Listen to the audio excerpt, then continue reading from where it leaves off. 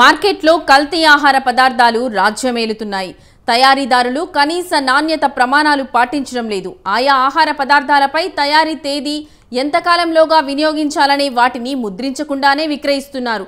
సుగంధ ద్రవ్యాలు, నెయ్యి, డాల్డా, పోపు గింజలు, మసాలా దినుసులు, పొడులు, పసుపు, కారంతో పాటు పచ్చళ్ళు, ఇతర వస్తువులన్నీ కల్తీమయంగా మారుతున్నాయి. నాణ్యత ప్రమాణాలు గాలి కొదిలేసి వ్యాపారులు ప్రజల ప్రాణాలతో చెలగాటమాడుతున్నారు. కల్తీలను నివారించి కట్టడి చేయాల్సిన అధికారులు అవినీతికి మొగ్గు చూపుతూ అక్రమార్కులకు వంతపాడుతున్నారు. గ్రేటర్ పరిధిలోని బేగం బజార్లో కల్తీ వ్యాపారం 3 పువ్వులు 6 కాయలుగా వర్ధిల్లుతుంది. బేగం బజార్లో జరుగుతున్న మాయా దందాపై స్వతంత్ర టీవీ ఛానల్ ప్రత్యేక కథనం.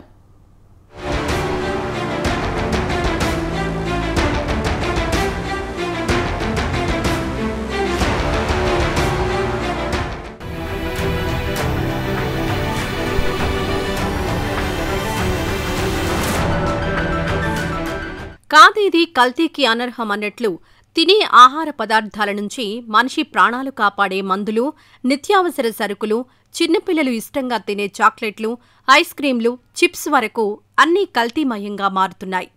డబ్బే ప్రధానంగా లెక్కలేనితనంగా ఉన్న వ్యాపారులు ప్రజల ప్రాణాలతో నిర్దాక్షిణ్యంగా చెలగాటమాడుతున్నారు.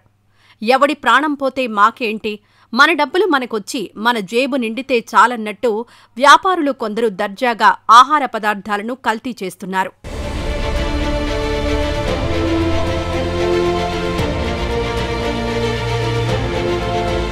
మరీ ముఖ్యంగా గ్రేటర్ హైదరాబాద్ పరిధిలో ఈ కల్తీ వ్యాపారం 3 పువ్వులు 6 కాయలుగా జోరుగా సాగుతుంది. నేషనల్ క్రైమ్ రికార్డ్స్ బ్యూరో తాజాగా విడుదల చేసిన నివేదికలో ఈ విషయం వెల్లడైంది. ఆహార పదార్థాల కల్తీలో దేశంలోని అన్ని ముఖ్య నగరాలతో పోల్చుకుంటే హైదరాబాద్ మహానగరం ముందుందన్న ఎన్సీఆర్బీ నివేదిక దిగ్భ్రాంతికి గురిచేస్తోంది. దక్షిణాదిలోనే బేగం బజార్ అతిపెద్ద హోల్సేల్ మార్కెట్. ముఖ్యంగా తెలంగాణ, ఏపీ, కర్ణాటక రాష్ట్రాల రిటైల్ వ్యాపారులు ఇక్కడి నుంచి ఆహార పదార్థాలను, నిత్యావసర వస్తువులను, ఇత్తడి, ప్లాస్టిక్, వెండి వంటి వస్తువులను కొనుగోలు చేస్తుంటారు. ఇక్కడ చైనా బజార్ కంటే ఎక్కువగా నకిలీ వస్తువులు, కల్తీ ఆహార పదార్థాలు లభిస్తాయి.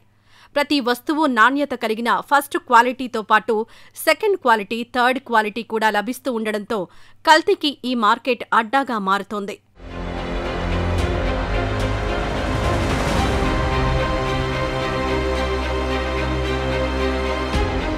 ప్యాకింగ్ చేసిన ప్రతి ఆహార పదార్థం పైన కంపెనీ పేరు, బ్రాండ్, తయారు చేసిన తేదీ, నాణ్యత, మార్కెట్ ధర, ఎంతకాలం వినియోగించాలనే వివరాలను తప్పకుండా ముద్రించాలి. కానీ బేగం బజార్లో మాత్రం ఈ నిబంధనలన్నింటినీ బేఖాతరు చేస్తున్నారు వ్యాపారులు. లాభాలే లక్ష్యంగా నాణ్యతా ప్రమాణాలను గాలి కొదిలి కల్తీ చేసిన ఆహార పదార్థాలను, నిత్యావసర వస్తువులను బహిరంగంగా అమ్ముతున్నారు. ప్యాకింగ్ చేసి అమ్మే వస్తువులే కావు, లూజుగా, విడిగా లభించే వస్తువులలో కూడా కల్తీలు చేసి విక్రయిస్తున్నారు. వంట నూనెలు, సుగంధ ద్రవ్యాలు, నెయ్యి, డాల్డా, పోపు గింజలు, మసాలా దినుసులు, పొడులు, పసుపు, కారం, వెల్లుల్లి పేస్ట్, పాలు, పెరుగు, పచ్చళ్లతో ఇతర ఆహార వస్తువుల వరకే పరిమితం కాలేదు. అందం కోసం మహిళలు వినియోగించే కాస్మెటిక్స్, చాక్లెట్లు, బిస్కెట్స్, చిప్స్ వంటి వాటిలో కూడా నకిలీలు, కల్తీలు విచ్చలవిడిగా జరుగుతున్నాయి. ప్రతి బ్రాండ్ ఒరిజినల్ వస్తువుకు ధీటుగా నకిలీ వస్తువులు బేగం బజార్లో లభిస్తాయి.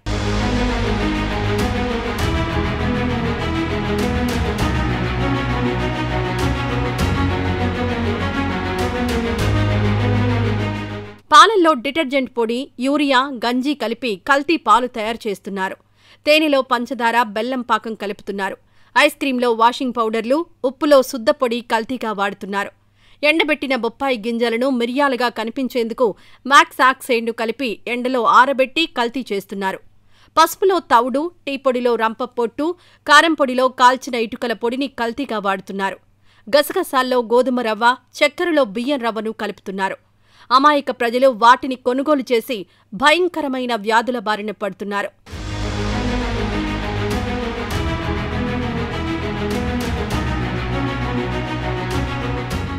ఆహార పదార్థాలలో కల్తీలను పర్యవేక్షించేందుకు ఆహార నాణ్యత ప్రమాణాల చట్టం 2006 ఉన్నా దాన్ని గాలి కొదిలేస్తున్నారు. Food safety standards authority of India నియంత్రణ సంస్థను కేంద్ర ప్రభుత్వం ఏర్పాటు చేసినా అది ఎక్కడా పనిచేస్తున్న దాఖలాలు లేవు. ఎలాంటి ప్యాకేజీ ఆహార పదార్థాలను ఉత్పత్తి మార్కెటింగ్ చేయాలన్నా సంస్థ నుంచి లైసెన్స్ తప్పనిసరిగా తీసుకోవాల్సి ఉన్నా FSSAI లైసెన్సులు లేకుండానే బేగం బజార్ కల్తీ వ్యాపారులు ఆహార ఉత్పత్తులను తయారు చేసి దర్జాగా అమ్మేస్తున్నారు. వంట నూనెలు నియంత్రణ చట్టం 1947, నిత్యావసర సరుకుల చట్టం 1955, ఆహార కల్తీ నిరోధక చట్టం 1954, పాల ఉత్పత్తుల నియంత్రణ చట్టం 1992 ఇన్ని చట్టాలున్నప్పటికీ ఫలితం మాత్రం శూన్యం.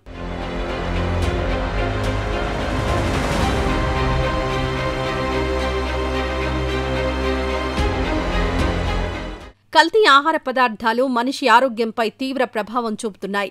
ఇలాంటి ఆహార పదార్థాలను ఎక్కువ కాలం తీసుకోవడం వల్ల ఆరోగ్య సమస్యలు తలెత్తుతాయని, కొన్ని సమయాల్లో ప్రాణాలు కూడా పోయే ప్రమాదం ఉందని వైద్య నిపుణులు హెచ్చరిస్తున్నారు. కల్తీ ఆహార పదార్థాల్లో హానికరమైన రంగులు, విషపూరిత రసాయనాలు శరీరంలోకి వెళ్లడం వల్ల ప్రాణాంతక క్యాన్సర్ వచ్చే అవకాశం ఉందని వారంటున్నారు. ఆకర్షణీయంగా, రుచిగా తయారు చేయడానికి కల్తీ ఆహార పదార్థాల్లో ఎన్నో విషపూరిత రసాయనాలను కలుపుతూ ఉండడం ప్రాణాంతకమని వారు చెబుతున్నారు. అనుమతులు లేని ప్యాకేజీ ఆహార పదార్థాలను విక్రయించడం వల్ల రిటైల్ షాప్ నిర్వాహకులకు కూడా అధిక శాతం లాభం ఉండడంతో షాపుల నిర్వాహకులు వినియోగదారులకు కల్తీ ఆహార పదార్థాలను అంటగడుతున్నారు. ప్రభుత్వ సంస్థల అనుమతి పొంది నిర్ణీత ప్రమాణాలు పాటించే బ్రాండెడ్ ఉత్పత్తిదారులు చిన్న సైజు ప్యాకెట్లను తయారు చేయకపోవడంతో కల్తీ వ్యాపారులకు వరంగా మారింది. దీన్ని కట్టడి చేయాల్సిన బాధ్యత అధికారుల మీదే ఉంది.